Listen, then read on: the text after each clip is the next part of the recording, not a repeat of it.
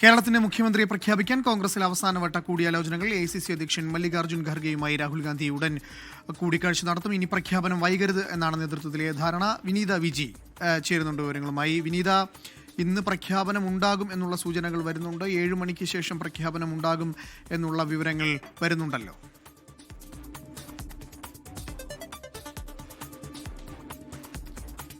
തീർച്ചയായും അനൂപ്, അങ്ങനെ തന്നെയാണ് അറിയാൻ കഴിയുന്നത്. അവസാനഘട്ട ചർച്ചകൾ കൂടിയാണ് ഇനി ഉണ്ടാകേണ്ടത്. നമ്മൾ നേരത്തെ സൂചിപ്പിച്ചതുപോലെ കേരളത്തിൽ നിന്നുള്ള നേതാക്കൾ എത്തി അവരുമായി ആശയവിനിമയം നടത്തി കഴിഞ്ഞു. അവരുടെ അഭിപ്രായങ്ങളൊക്കെ തന്നെ തേടിയിട്ടുണ്ട്.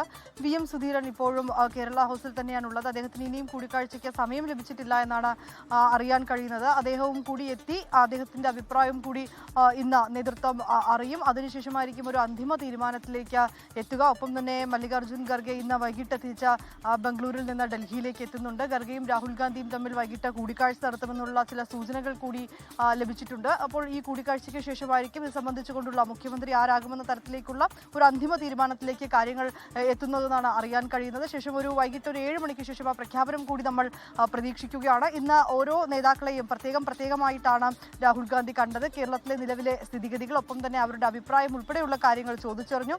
ഒപ്പം തന്നെ ഈ കഴിഞ്ഞ ദിവസങ്ങളിലേക്കടക്കമുണ്ടായ വലിയ പ്രതിഷേധങ്ങൾ ഉൾപ്പെടെയുള്ള കാര്യങ്ങൾ, അതിൽ വലിയ അതിർത്തി കൂടി രാഹുൽ ഗാന്ധി മുന്നോട്ട് വെച്ചിട്ടുണ്ട്. അത് ഉൾപ്പെടെയുള്ള കാര്യങ്ങളെയാണ് ഓരോ നേതാക്കളോടും വളരെ കൃത്യമായി തന്നെ ചോദിച്ചറിഞ്ഞത്. നേരത്തെ നമ്മൾ സൂചിപ്പിച്ചതുപോലെ തന്നെ 3 നേതാക്കളും അവരുടേതായിട്ടുള്ള കാര്യങ്ങൾ മുന്നോട്ട് വെച്ചിട്ടുണ്ട്. അവരെ 3 പേരെയും ഹൈക്കമാൻഡ് വളരെ കൃത്യമായി തന്നെ കേട്ടതാണ്. ഇതിൽ ഏത് മാനദണ്ഡമാണ് ഈ മുഖ്യമന്ത്രി സ്ഥാനത്തേക്ക് പരിഗണിക്കപ്പെടുന്ന അടക്കമുള്ള കാര്യങ്ങൾ ഹൈക്കമാൻഡ് ചർച്ച ചെയ്ത് തീരുമാനിക്കും. ഏതാണെങ്കിലും ഇന്ന് വൈകിട്ടോട് കൂടി തന്നെ ഈ ചർച്ചകളൊക്കെ പൂർത്തിയാകുമെന്നാണ് അറിയാൻ കഴിയുന്നത്. ശരി.